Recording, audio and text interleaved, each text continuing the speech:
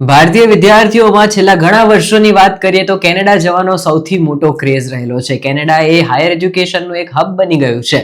અહીં તેઓ world class education, high quality lifestyle, શાનદાર કરિયર ઓપ્શન પણ મેળવી શકે છે. જોકે ઘણા બધા ભારતીય વિદ્યાર્થીઓ માટે કેનેડામાં માત્ર ભણવું એ જ ગોલ નથી, પરંતુ તેમનો બીજો ગોલ ત્યાં પરમેનન્ટ સેટલ થવાનો હોય છે.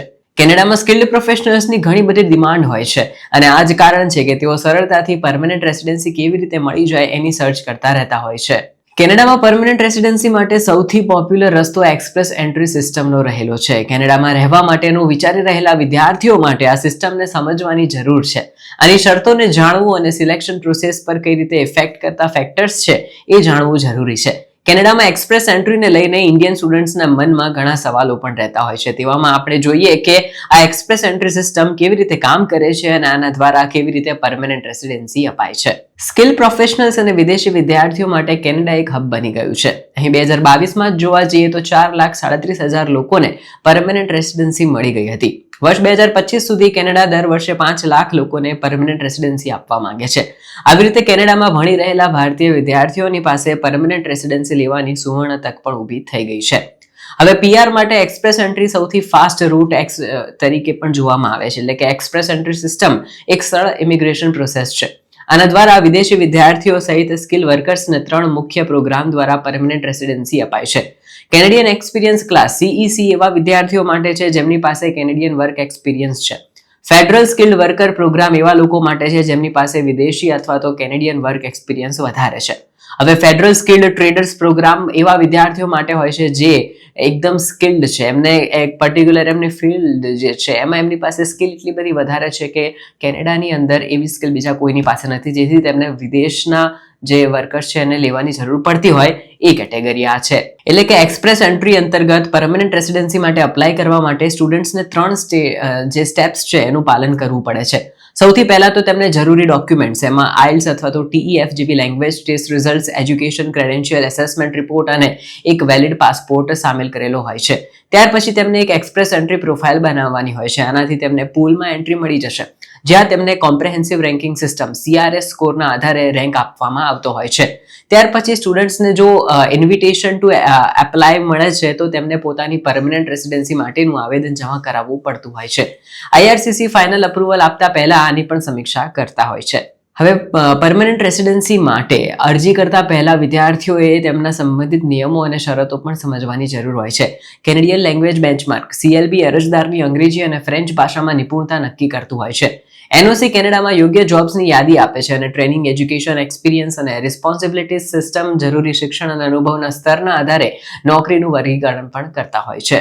હવે અલગ અલગ પ્રોગ્રામ માટે અલગ અલગ વર્ક એક્સપિરિયન્સ પણ હોય છે. કેનેડિયન એક્સપ્રેસ ક્લાસ અંતર્ગત સ્ટુડન્ટ્સની પાસે છેલ્લા 3 વર્ષની અંદર કેનેડામાં ઓછામાં ઓછા 1 વર્ષનો પ્રોપર કેનેડિયન વર્ક એક્સપિરિયન્સ હોવો પણ જરૂરી છે.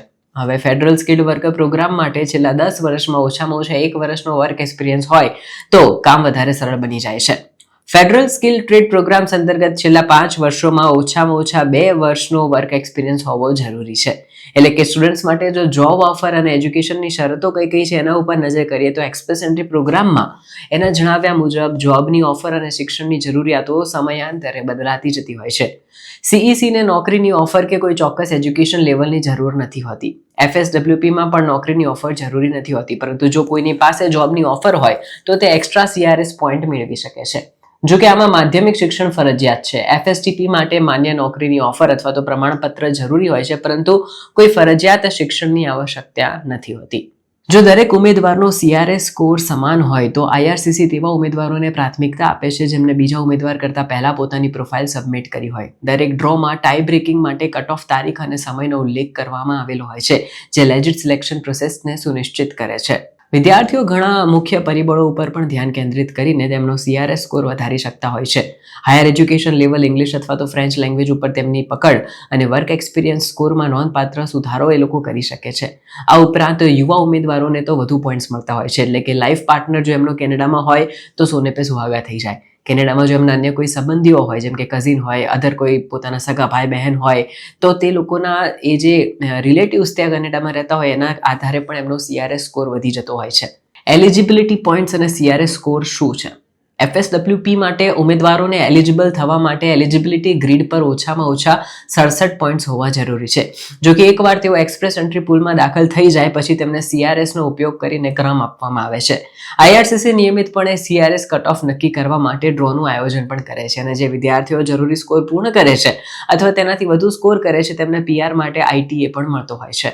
વિદ્યાર્થીઓ માટે એક્સપ્રેસ એન્ટ્રી શા માટે એક સારો વિકલ્પ છે? તો આના વિશે આપણે જણાવીએ તો એક્સપ્રેસ એન્ટ્રી સિસ્ટમ વિદેશી વિદ્યાર્થીઓને કાયમી રહેઠાણ માટે એક સંરચિત અને પારદર્શક માર્ગ પૂરો પાડે છે. કેનેડામાં કુશળ વ્યવસાયિકોની વધતી માંગ સાથે કેનેડિયન એજ્યુકેશન અને વર્ક એક્સપિરિયન્સ ધરાવતા વિદ્યાર્થીઓને PR મેળવવામાં સ્પર્ધાત્મક ફાયદો પણ મળતો હોય છે. કેનેડામાં ભવિષ્યનું આયોજન કરી રહેલા વિદ્યાર્થીઓ માટે CRS વલણો, પાત્રતા માપદંડો અને એક્સપ્રેસ એન્ટ્રી અપડેટ્સ વિશે માહિતગાર રહેવું પણ મહત્વપૂર્ણનું છે.